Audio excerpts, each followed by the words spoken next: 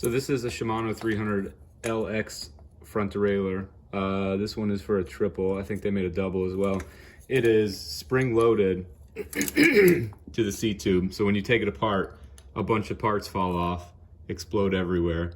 Very hard to get back together if you don't know what you're doing. The best way to do this is you get a very long bolt. It has to be long enough to fit through here, but still give you enough room to unscrew it, pull it all the way out. So we'll put this on here, this little catch for the band. Goes in here like this. Well, I'll just show you. So put that in there, run it through here. One turn. You can see how it fits in there. So go ahead and take that off. It's got a washer,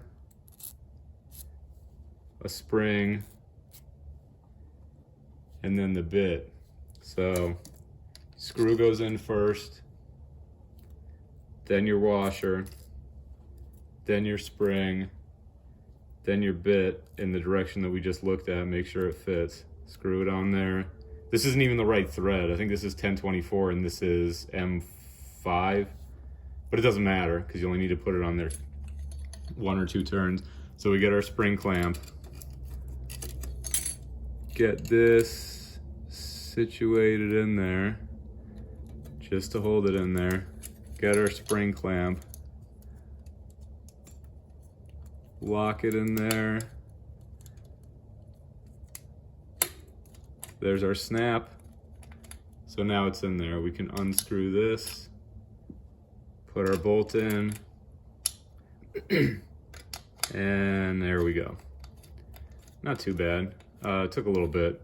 Very disconcerting if this is your first time, but this is the sort of stuff I guess everyone had to deal with in the 80s and 90s. So that's it, 300LX derailleur, how to get it back on the bike if you try to take it off and it explodes.